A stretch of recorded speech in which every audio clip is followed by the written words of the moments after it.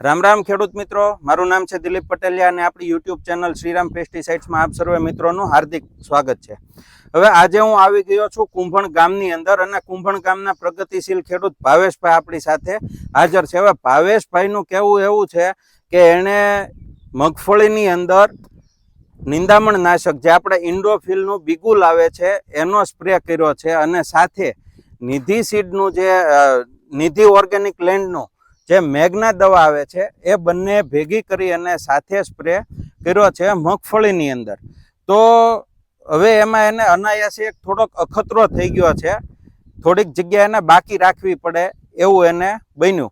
તો એના હિસાબથી એને ફરક જોવા મળ્યો છે કે આ બંને દવા વાપરવાથી કેટલો ફેરફાર આપણે આવે છે એ એમને જોવા મળ્યો છે. તો હવે આજે આપણે જોઈએ અને ભાવેશભાઈ સાથે પણ ચર્ચા કરીએ કે બિગુલ અને મેગ્ના બંનેમાં એમને શું ફેરફાર જોવા મળ્યો છે. નમસ્કાર ભાવેશભાઈ. નમસ્કાર. તો આ જે આપણે તમે વાપરી એનું તમે આ જે આપણે ઇન્ડોફિલનું બિગુલ અને આ નિધિનું મેગ્ના આ બંને દવાનું તમે માપ શું નાખ્યું એ કયો?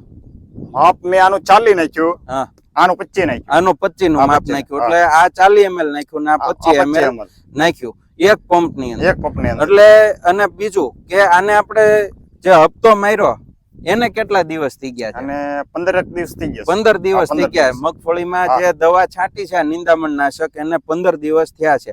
તો હવે તમારો આમાં અભિપ્રાય શું કહે છે? અભિપ્રાય એવું છે સાહેબ દિલીપભાઈ કે આમાં સાટેલી છે. આ તમે જોઈ શકો છો, જો આ મગફળીની અંદર દવા છટાણેલી છે, અહીંયા છાટેલી છે. આ અહીંયા સુધી આમ છાટેલી છે. હવે અહીંથી જે છે ને આ દવા નથી છાંટી. આમાં નથી છાંટી કેમ કે મારા મરચીનો કેરો આમાં પાછળ છે ને જો આ મરચીનો કેરોય છે એ મરચીના કેરામાં જણ ન ઉડે, દવાની કોઈ આડઅસર ન થાય ને એટલે એને થોડાક સાહ બધા 6-8 સાહ બાકી રાખી દીધા હતા. એટલે આમાં એને કાયદેસર ફરક જોવા મળ્યો છે. તો હવે આમાં તમને ફેર શું જોવા મળ્યો? ફેર એવો મળ્યો છે કે આમાં સાટી એમાં પીળાશ નથી. અને 3-3 ઇંચ નો ફેર છે અત્યારે. અને પીળાશ નથી ને આમાં જોઈ શકો તમે પીળાશ છે જો. અને એ 2-3 ઇંચ નાની છે અને આ 2 ઇંચ મોટી થઈ ગઈ. બરોબર. અને આડઅસર કોઈ જાતની થતી નથી. તમને કોઈ ન લાગે કે આમાં ખડની દવા છાંટી. એટલે આમાં શું થાય, ઘણા ખેડૂત મિત્રો એવું વિચારતા કે આપણે મગફળીની અંદર દવા છાંટીએ છીએ તો આપણે એ દવા નડશે અથવા તો નુકસાન કરશે અથવા તો પાછળથી જે આપણે મોલાદ કરશું એમાં નુકસાન કરશે. તો આ ઇન્ડોફિલ દવા એવી છે કે એમાં પાછળથી પણ કોઈ ઇફેક્ટ જોવા મળતી નથી. જ્યારે તમે મગફળી કાઢી લો પછી એની કોઈ અસર જોવા મળશે નહીં. સાથે જ હવે આપણે વાત કરીએ કે આ મગફળીમાં જે દવા વાપરી છે એના અંદર થોડુંક અમને એ પણ જોવા મળ્યું છે કે મગફળી લીલી છે અને અત્યારે આ મગફળી લગભગ 35 દિવસ આજુબાજુની થવા આવી છે. તો જે છાંટ્યું છે ને એમાં ઓવરઓલ ગ્રોથ સારો છે અને કોક ફૂલ ઉગડવાના પણ શરૂ થઈ ગયા છે.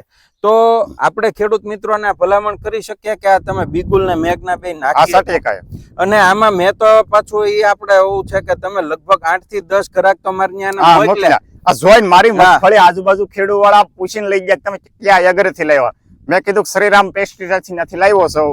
તો ઈ ખેડૂત બધા ત્યાંથી લઈ આવ્યા. હવે ખેડૂત તો અમારે ત્યાં આવે, જો ખેડૂત મિત્રો એમાં થાય છે એવું ત્યાં આવીને કે ભાવેશભાઈ ઓલું બકુલ કઈક દવા કીધી, બુલબુલ દવા કીધી. હવે એના બિચારાને બિગુલ નામ આવડે નહીં એટલે તરત આવીને કે દિલીપભાઈ ઓલા ભાવેશભાઈ જે રાઠોડ દવા લઈ ગયા ને ઈવડી દવા અમને આપો, અમારે મગફળીમાં ઈ દવા છાંટવી છે, એને રિઝલ્ટ જે સારું મળ્યું છે ઈ અમારે દવા ઈ જ મારવી છે. અને આમાં રિઝલ્ટ ની વાત કરીએ તો 48 કલાકમાં બધું રાખ કરી નાખે છે તરત. બીજી દવામાં તો 8 થી 10 દિવસ લાગતા હોય બળતા, પણ આ બિગુલ ની અંદર જે છે 48 કલાકમાં બધું નિંદામણ નાશ પાંદડાને કોઈ જાતની અસર નથી. પાન ઉપર કોઈ જાતની બર્નિંગ ઇફેક્ટ આવતી નથી. હવે બીજું આપણે જોઈએ કે તો જો આની અંદર આ સૈયા છે બરોબર, તો આ સૈયા જે ઈ ટાઈમે મોટા સૈયા હશે ને બરોબર, ઈ અત્યારે જો આનો ગ્રોથ હાવ અટકી ગયો છે, આ સૈયો વધતો બંધ થઈ ગયો. અમુક જે પાછા સિયા તો ફરીથી કોળેલા છે બરોબર, પણ આ બધા સૈયા જો આ આગળના જે દવામાં ઝપટા ચડી ગયા ને ઈ વધતા બંધ થઈ ગયેલા છે સૈયા. એટલે આપણે એવું નહીં કેતા કે સૈયા હપેથા નાશ થઈ જાય, પણ જો બિગુલ નો સ્પ્રે કર્યો હોય ને તો અહીંયા કમસે કમ વધતા તો બંધ થઈ જાય. એટલે તમે 5 દી 15 દી હાથી નો આખી એકતા હોય, નેદી નો એકતા હોય, વરસાદની મોસમ હોય તો આનો તમને ઈ મોટામાં મોટો બેનિફિટ મળે છે. હવે આજની માહિતીની અંદર બસ આટલું જ. તે વિશેષ માહિતી સાથે તમે અમારી ચેનલ શ્રીરામ પેસ્ટિસાઇડ સાથે જોડાઈ રહ્યો અને એ સાથે જ મને રજા આપો. જય જવાન જય કિસાન.